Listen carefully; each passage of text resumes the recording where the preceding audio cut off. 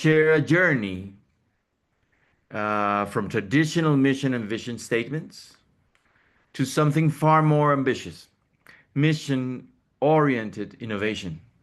In particular, I'll present the case of the INC, the Public National Cancer Institute in Colombia, South America, in Bogota, and how it's moving from internal alignment to collective impact. I just want to let you know that I'm recovering from a cold. Please excuse me if I need to mute myself briefly to clear my voice. So today, we'll explore the power of source, perceptive discovery. INC mission and vision versus 8 thematic missions. Distinct purposes of each contrast with Mariana Mazzucato's mission-oriented innovation.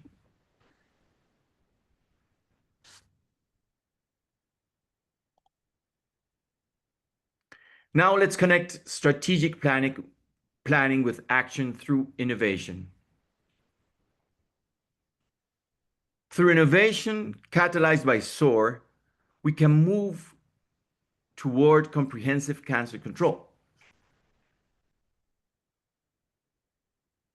This means going beyond traditional planning focused on diagnosing problems. With SOAR, we build strengths, create shared aspirations, and align results with purpose. SOAR, S-O-A-R, acts as catalysts that transform strategic intentions into mission-oriented action. That's how we shift from internal sense to a collective purpose. To move from traditional strategic planning based on sense, an internal compass, to mission-oriented planning based on purpose and external goal, a catalyst is required, such as SOAR. In May 1961, President John F. Kennedy addressed the U.S. Congress with a clear and bold mission. His challenge was not just technical, it was societal, political, and symbolic. He said, "We choose to go to the moon not because it is easy, but because it is hard." This mission aligned science, industry, education, and national pride into one shared direction. And just 8 years later, the goal was achieved. To win this space race, US needed more than technology. US needed a clear mission. The United States defined the mission in one simple, bold sentence: land a man on the moon and bring him back safely. The mission turned an abstract goal into a concrete direction, like a road with visible milestones along the way. Each kilometer represented progress toward a mission. Apollo 1 was the starting point. Apollo 11 reached the finish line. This is the power of mission-oriented planning. It transforms ambition into coordinated action. Comprehensive cancer control is our moonshot. Just like Apollo program, we begin with a clear, transformative mission. Our mission to reduce the cancer burden with measurable progress, step by step. From Apollo 1 to Apollo 11, the path was long, but each kilometer marked real advancement. This is how mission-oriented innovation works. It connects ambition with action. To build the institutional development plan at INC, we used a mission-oriented innovation framework guided by SOAR. This process followed 4 steps: purpose, context, SOAR, and results. First, we clarified the purpose. to tackle major challenges through innovation. Then, context workshops helped analyze policies and form working groups from across departments. The SOAR framework allowed us to focus on what works: strengths, opportunities, aspirations, and results. Finally, 90 narrative proposals were categorized and evaluated by experts using clear criteria. The result: a shared transformative path and institutional action. This table shows the key differences between the institutional mission and vision and 8 thematic missions. The mission and vision are strategic, long-term, and meant to inspire the entire institution. The missions 1 to 8 are tactical and operational. They guide specific units, actions, and KPIs. While mission and vision unify the organization, the thematic missions allow the experimentation, flexibility, and a measurable progress. Together, they create a balance between purpose and action. Let's now look at the formal mission and vision of the INC. The mission defines its core role: a national advisory institute focused on excellence in research, care, and training. The vision, set for 2026, positions the INC as a national reference in cancer control.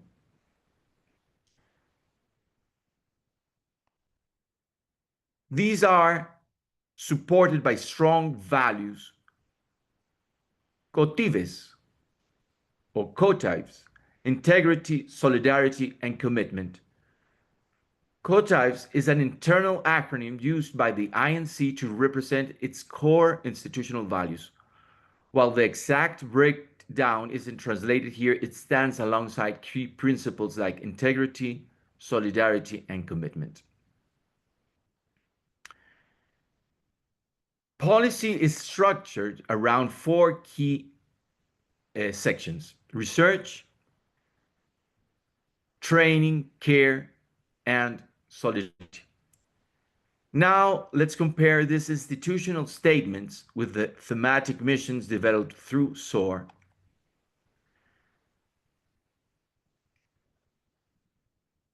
Each mission follows a clear format that allows tracking, coordination, and impact.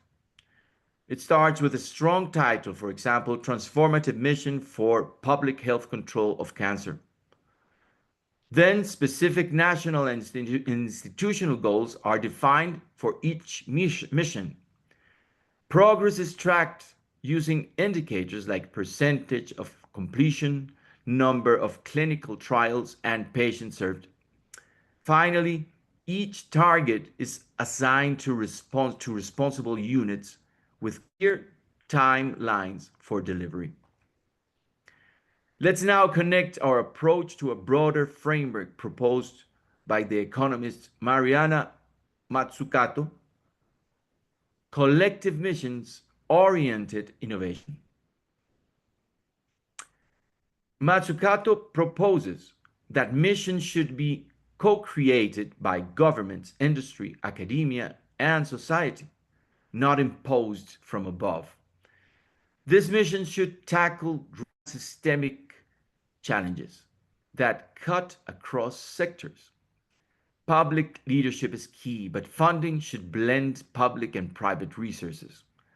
She emphasizes interaction. Start with a prototype, learn from it, and scale up what works. Success should not only be technical or financial, it must be measured in societal impact and market transformation. To understand why missions matter, let's look at what mission-oriented innovation really means, especially in the public sector. Mission-oriented public innovation is designed to tackle complex societal challenges like cancer control. It focuses on creating public value, not just efficiency. It starts with co creation, government, academia, civil society, and business. Rather than diagnosing what's wrong, it builds on strengths and aims to shape better future.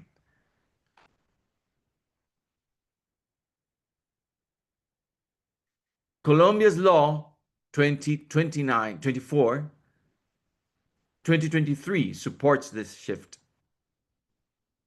Let's now compare two different models of institutional planning, one vocational, the other mission oriented.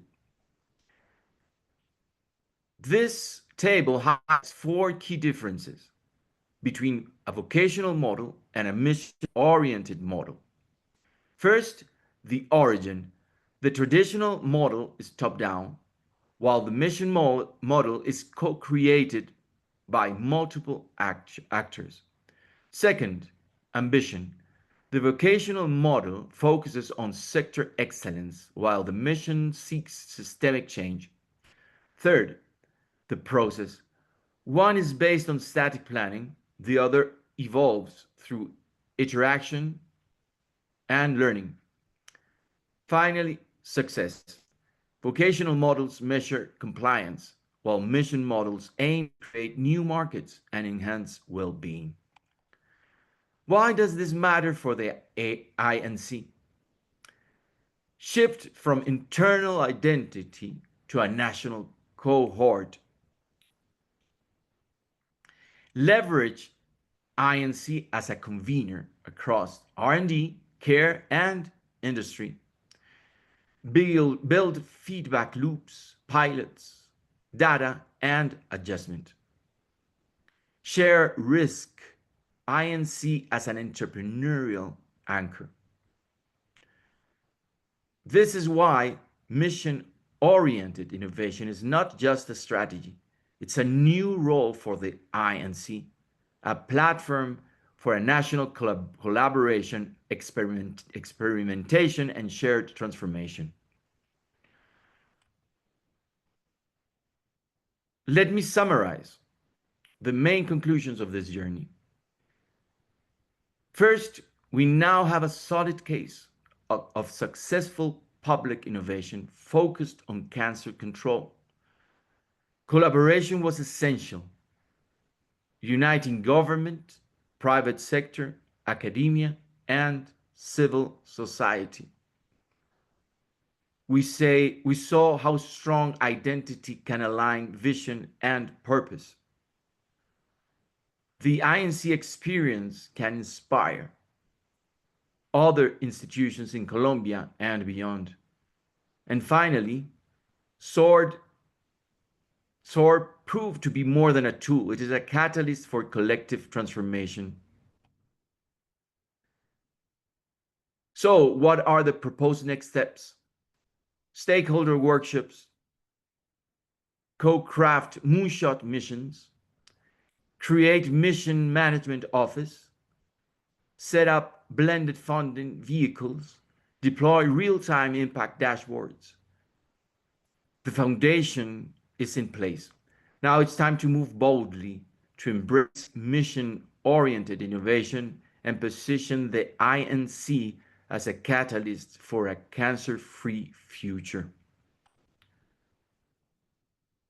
As we close, let's reflect on what we've built and what we are ready to become. We've laid solid foundations. Now it's time to supercharge them with mission-oriented innovation. This approach invites us to move beyond plans, to embrace shared purpose and transformative action. The INC is not just following a roadmap, it's becoming a catalyst for a cancer-free future. Thank you for your attention, and now I welcome your questions and reflections.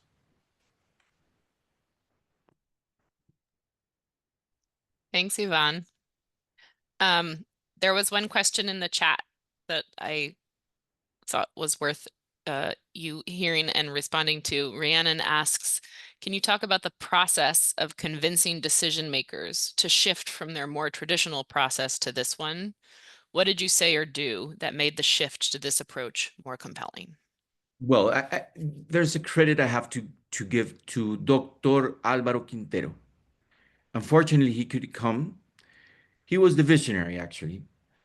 Uh, and he convinced from within the INC to adopt this mission-oriented innovation, let's say, vision in the institutional planning. So then he contacted me. He knew I was working on these topics, and in this way, we were able to adopt these methodologies there in the INC. So it was not easy. It took about 8 years in the country. First, because I worked with Mariana Matsukato in the Inter-American Development Bank, then the Misión de Sabios, the mission of wise men or women, adopted this methodology as well. And then the government adopted it as well, the next government as well. So it took like 8 years, more or less, for this to happen. So it was not easy. It was not easy. It was there was a lot invested.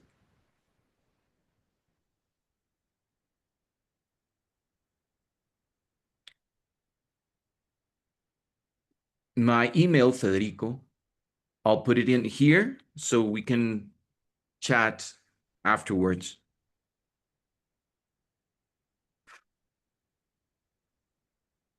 And Yvonne, Rob, I think people can feel free. We're a small enough group that you can unmute yourself and go ahead and ask questions. But Rob had the question of, are you an employee of INC or are you a consultant? I'm a consultant. Actually, an academic. I worked in the University of Ibagué and National University of Colombia. But basically, I am a professor and researcher.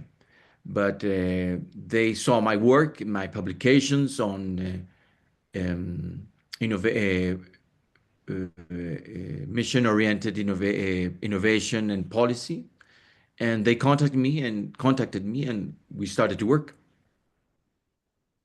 That's lovely. Thank you. And can I just ask, Ivan, your mission orientated planning, was that used alongside the more traditional methods or as a replacement for it?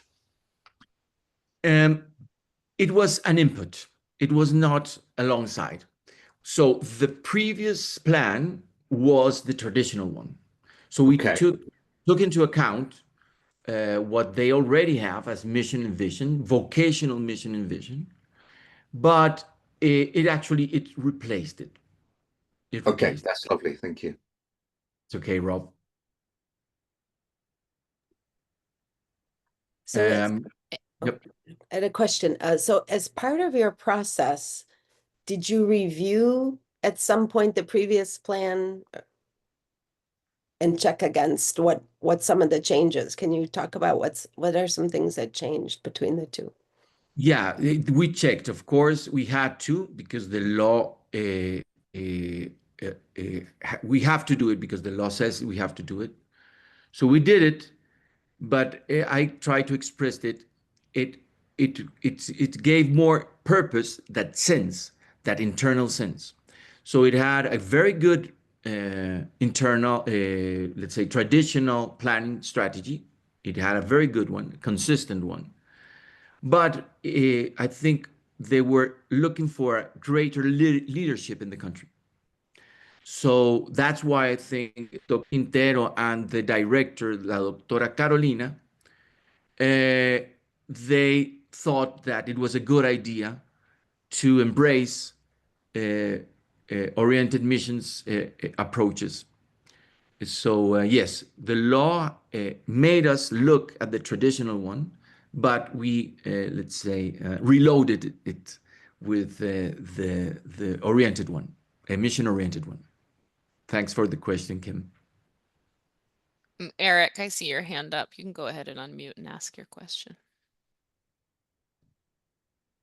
Hi.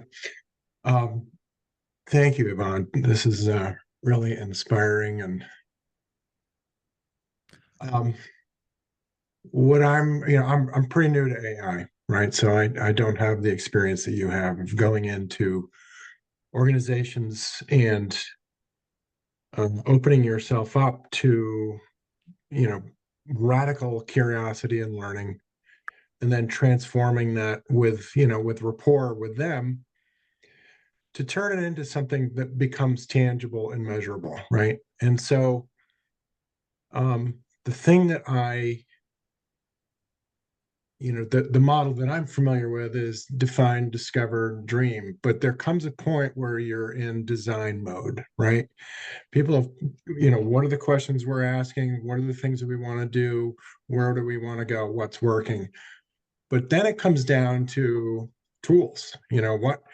What's the method for engaging with people to ascertain the thing we're going to do, and then ascertain the thing that we're going to measure against what we said we were going to do, right? And so is that a go out and buy software kind of thing and crank data in, or is it a whiteboard thing and everybody develops a working document over time, and that's where the meetings and you know what I mean? It's like it's the messiness of the creation of the thing.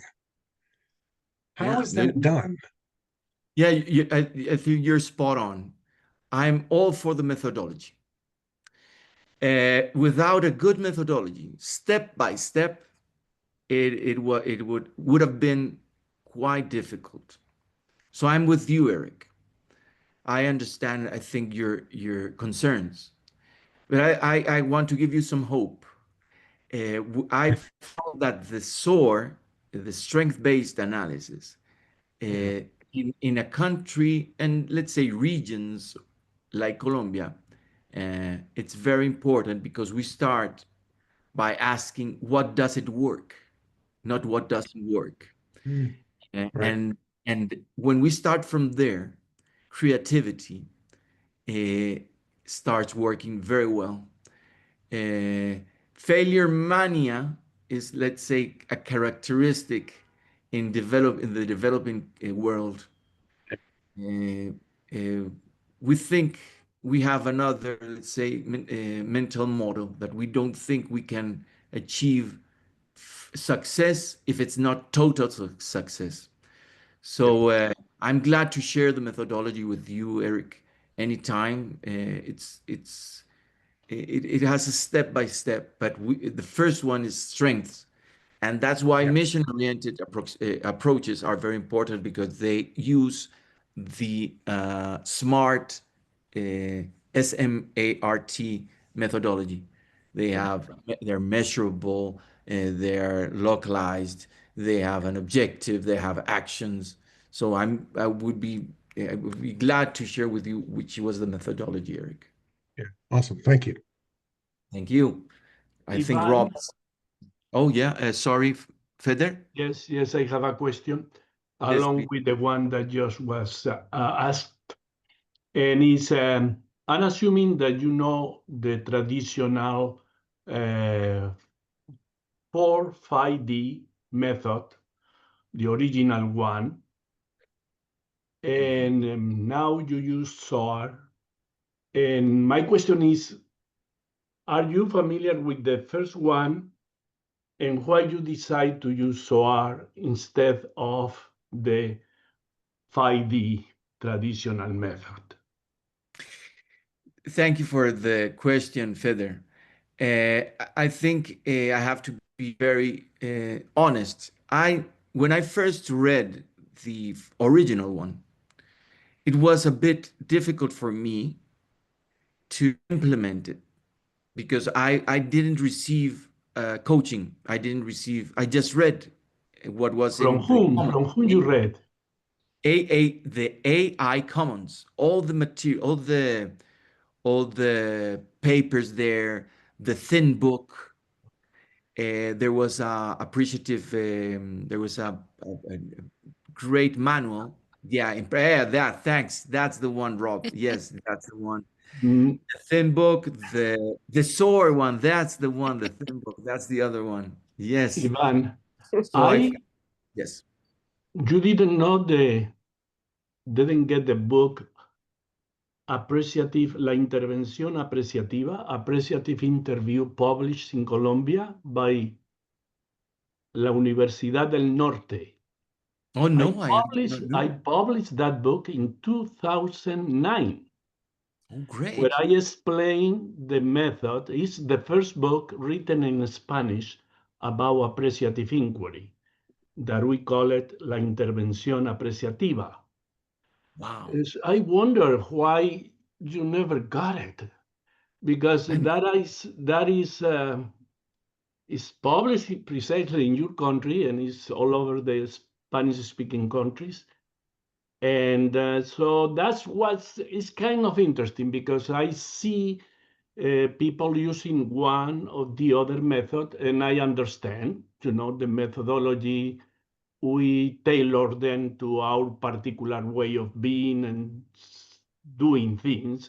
So, but now, thank you for the clarification. So, we will continue this conversation to explore more about this issue, because we have a big network in Latin America right now called RIPAPA, and I think you need to be part of it.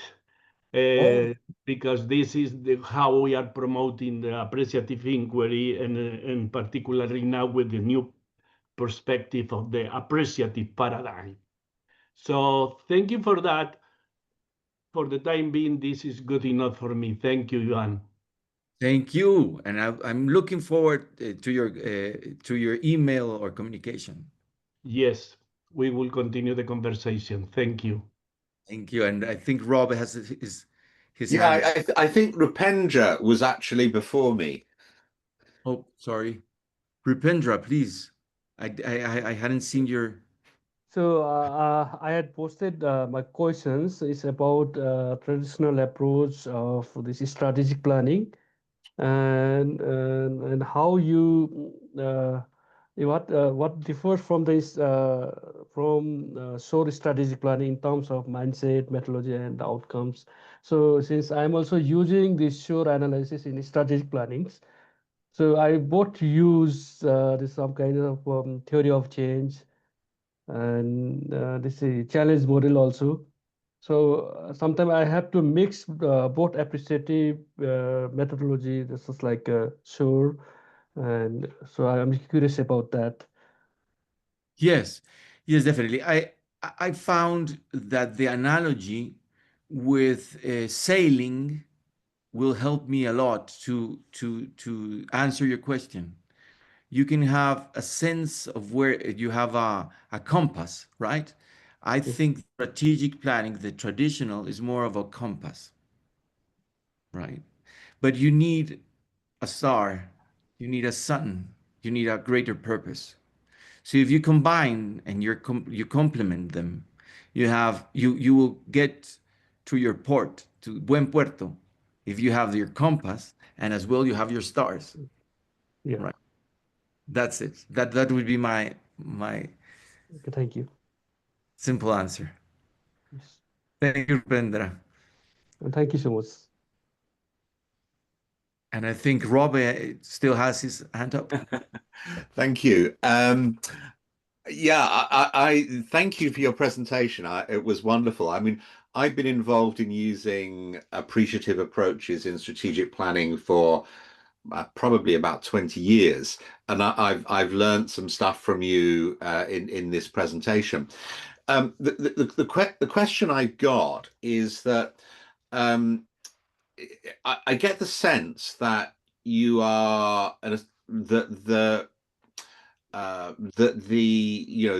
8 work streams, the 8 missions are for a single organization, but at the outset you were making sure that this was a the economist whose name you I can't remember, but you presented, was talking about that importance of co-production and actually engaging with a number of key stakeholders. In my work, one of the challenges that I faced is where you are bringing together people from across that wider system, often to focus on one or two partners' strategy, having a joint strategy, but then a key stakeholder actually saying, I don't want to do this, I don't want to play.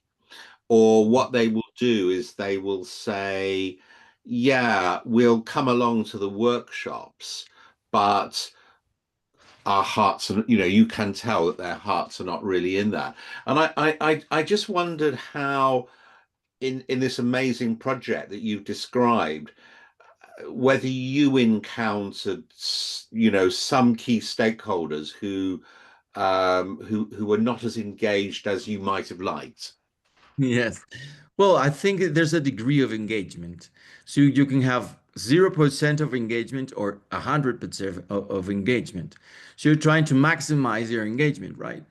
So I think if they are invited from the beginning to write or co-write the missions, it's above 0% of engagement, perhaps not 100%, but it's not a guarantee that in the process they won't just back off, right? Back, just retire. But if they are invited from the beginning to write the missions, to be part of the co-writing, co-design of the missions, I think you have a greater chance that engagement is above zero and near 100% engagement. I would say that's a way to engage more. There are always going to be stakeholders that are not agreeing. If you don't invite them from the beginning, Mm. then they will have, let's say, excuses, right? Don't you think so, Yeah. Rob? Yeah, no, interesting. Yeah, I'm not going to come back. I'd love to have a longer conversation, but that's a helpful answer. Thank you, Ivan. Thank you much. And I love your city, York. Ah, you've been good, good.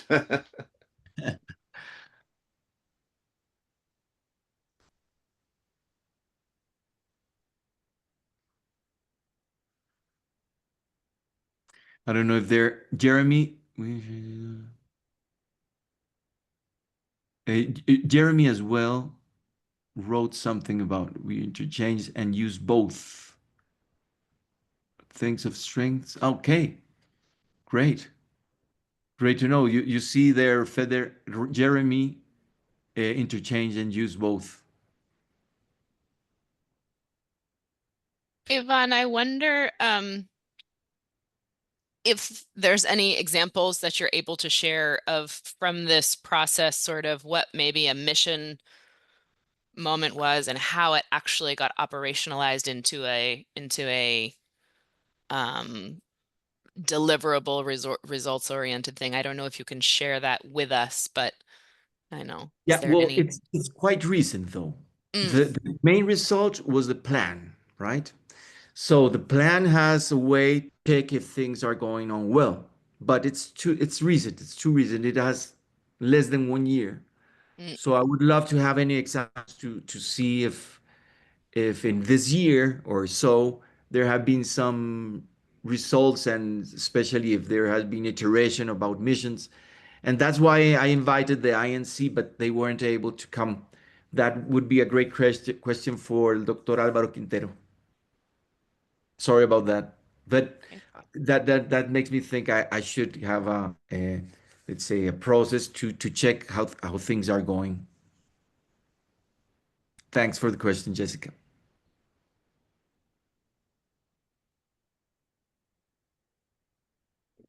I think that's one of the frustrations when we work as consultants, is we go in, we do a piece of work, and then you kind of 2 years on, you think, I wonder what happened there.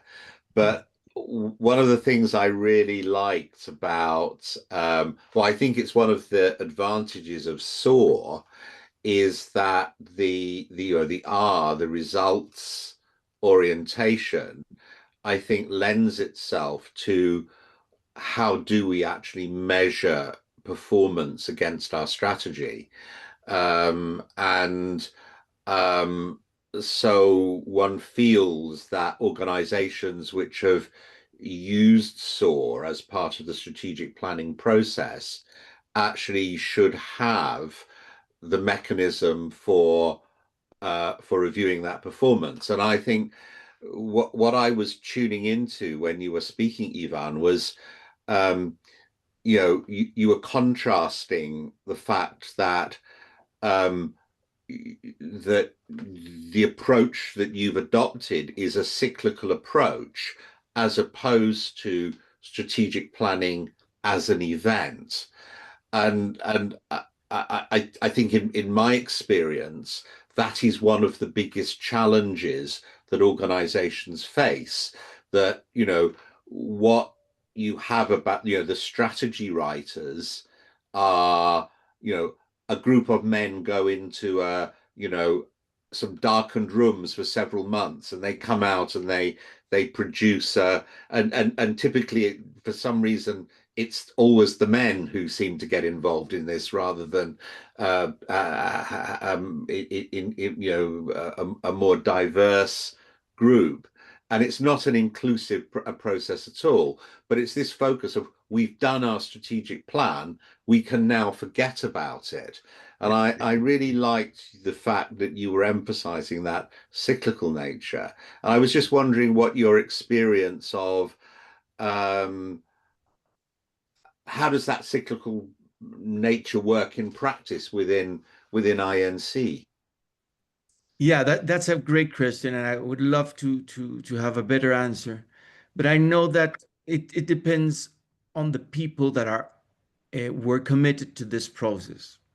So I trust that Doctora Carolina and Dr. Quintero, two of the leaders, and they are in the board, the directors board. They are able to continue this process. So I think it depends a lot on people. It shouldn't be like that. But if they are not there, perhaps the next board wouldn't be as committed to this type of methodology. So I am trusting that Dr. Quintero and Doctora Carolina are doing a great job, but I should check on that. So that would be my answer, Rob. It depends on people who are there in the top, let's say in the boards, right? And Well, Rhiannon, I think she has her hand up. Yeah, this is sort of coming from my being relatively new to appreciative inquiry, but coming from a business psychology background. And so I'm asking the more experienced practitioners in the room, how do you, like Ivan, you talked about, you had a key stakeholder inside that sort of advocated for the process, right? And so one of the things I'm wondering, and I was wondering it in the last session as well, is how do you create and evaluate the psychological safety in the room at the beginning?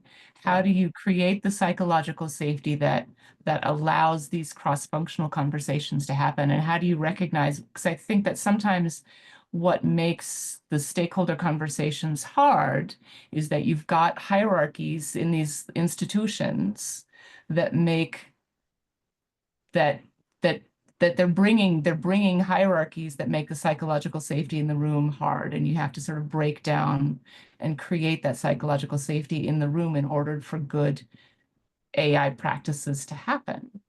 So do you evaluate that going in? Are you using a psychological safety methodology?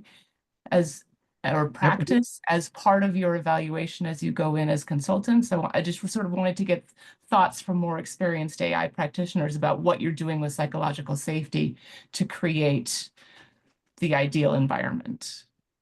Yeah, I think this is a question for all of us if we have Yeah. had some experience. Yeah. So I'll try to respond to that in the same in the following way.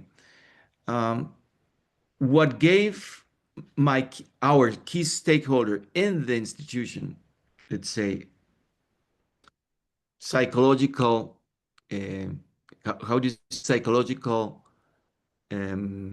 safety, was that the country was apostando, was really investing on the innovation in the approach, in the mission-oriented approach. So there was a national basis, so he could get there to the institute and say, look, this is happening nationally. The wise men and wise women mission recommended to adopt this approach. So that gave a lot of, let's say, safety, psychological safety for him to convince people in INC. So I think it's not only within, but if something is happening without in surrounding the organization, that will give reasons, powerful reasons for stakeholders, key stakeholders within the organization, for other key stakeholders within the organization to be, let's say it's a safe gamble, it's a safe investment.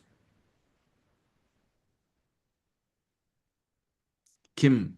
Yeah, I have a tool that I use, so I do very similar work. And I always start a session with ground rules that discuss this idea of safety, how we're going to handle confidentiality, how, we need everyone to have the openness to really have the creativity happen. And then I have each of them agree to it. I said, can you add to these? We'll add to them. Can you live with these? And that really makes a difference. And they're very well thought out and suitable for an appreciative inquiry engagement. If I may, I can add to that something. I think the person that brought the psychological safety as an issue is a excellent one. I would say that Rhiannon, and the answer will be based on what I know and what I have practiced. We do not address that issue explicitly, but there are many. The method in itself is evolving. It's being again being tailored by different authors, practitioners, scholars. And for example, I addressed that issue in the first phase of the intervention that we call define. And originally it was intended to define the topic, but I'm adding something now based on the youth theory. And that something is, I said, we have to define also the inner point from which you are going to operate in the whole process, the inner point. And so we need a special session, very well, I would say, prepared, let's put it this way, to address that issue and based again on the youth theory. The whole point is to lead the group to agree on how we are going to be operating during the whole process. And it is summarized to a certain point by making clear that we are going to operate from the us instead of from the I, what he calls from the, not from the ego, but from the echo.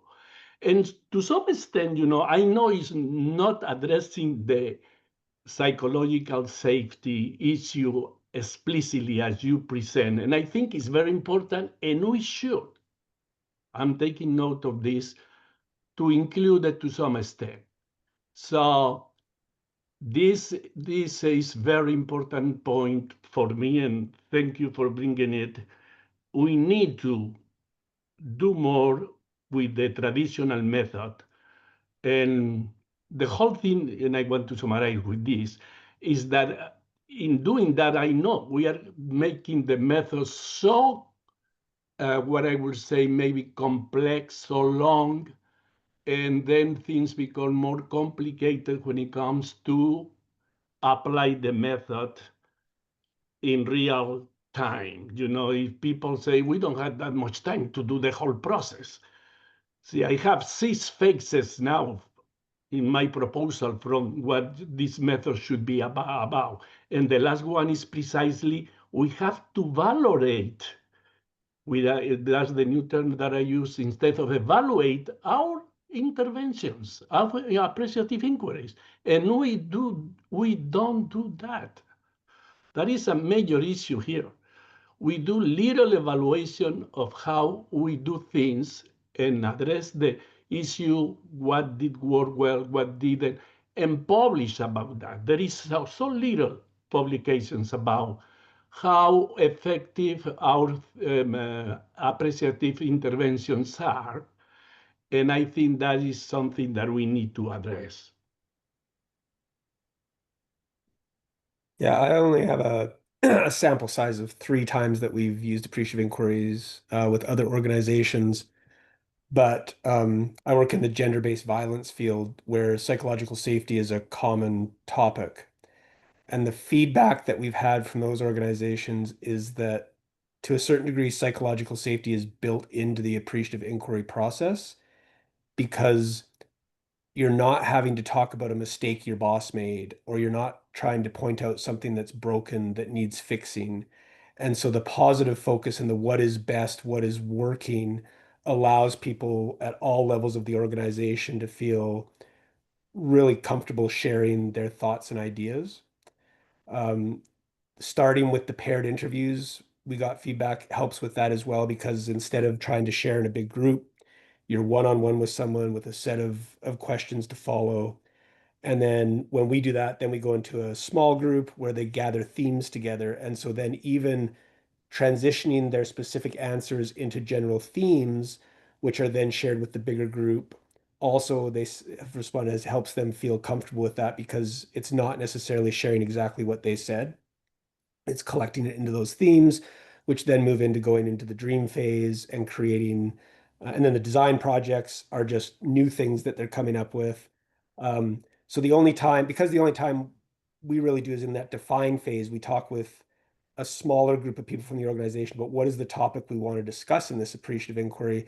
That's where the main problem to topic comes. And so other people have said that they do feel safe. And we do, like Faith said, we do community agreements at the start of our appreciative inquiries and ask, how people want to share, how they want to be dealt with. I do a special meeting with leadership in that defined phase where I say, if we're going to do this, you need to come in as an equal and realize that you are not speaking from a position of power as best as that can be. I mean, it's always there to a certain degree. And we also talk to the leadership about progressive stacking, where you let the people with the least power in the meeting speak first, and those with the most power speak last. And we kind of give them a little training on that so that they listen more and let people have, because even in what's supposed to be an equal setting, a lot of people, once they hear their boss speak, they decide there's no point in speaking after that, right? The decision's been made. And so that's some of the stuff we've used.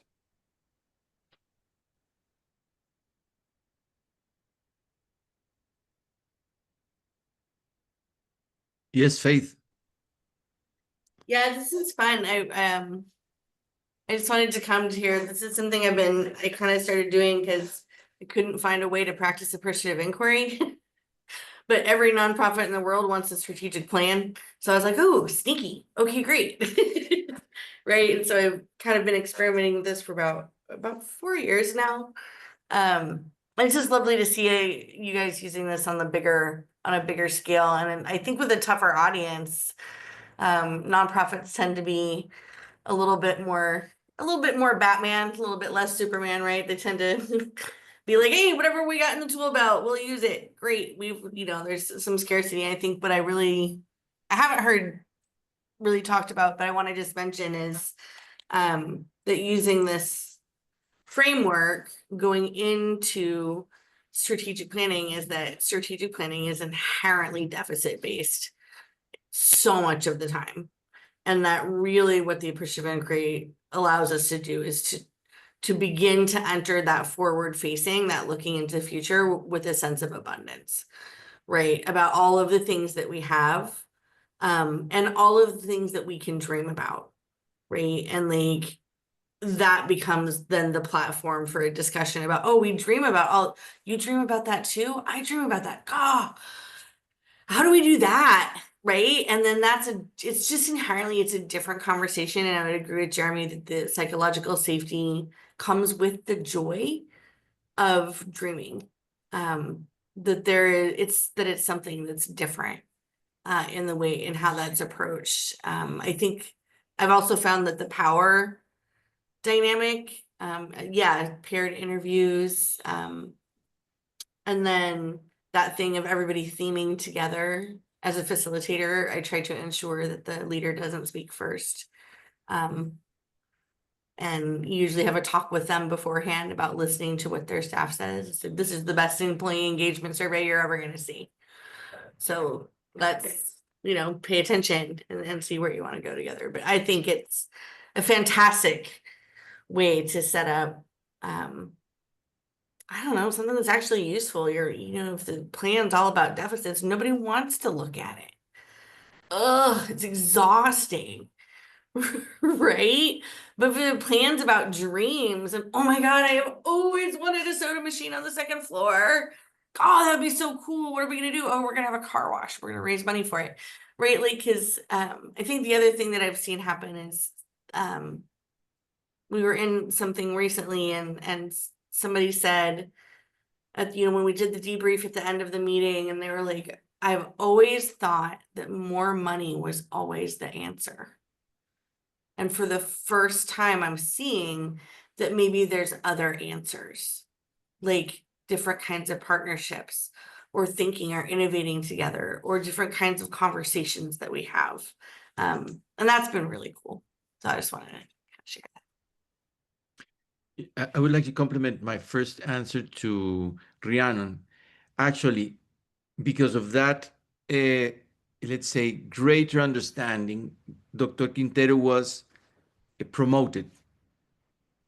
So he gave some psychological safety because there was a national debate, and he was promoted because he gave this psychological safety that they were going, that the institute needed a greater leadership at the national level. And that was a reason to promote him. He didn't say that. I am hearing that because it happened during the 2 or 3 years I worked with him. He was not a director, and then he became a director.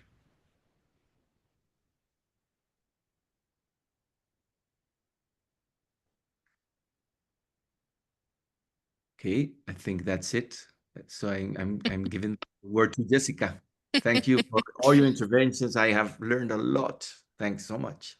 Gracias a ti también. Gracias. Thank you, Ivan.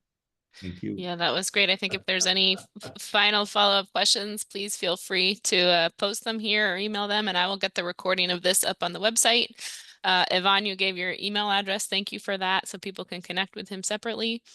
And then, yeah, you have a half an hour break before our next session. So thank you all so much for joining us. Ivan, thank you for this. Thank you. Thank you. Thank you. Gracias. Gracias. Adiós. Adios. Some Thanks, Spanish Ivan. pretty good.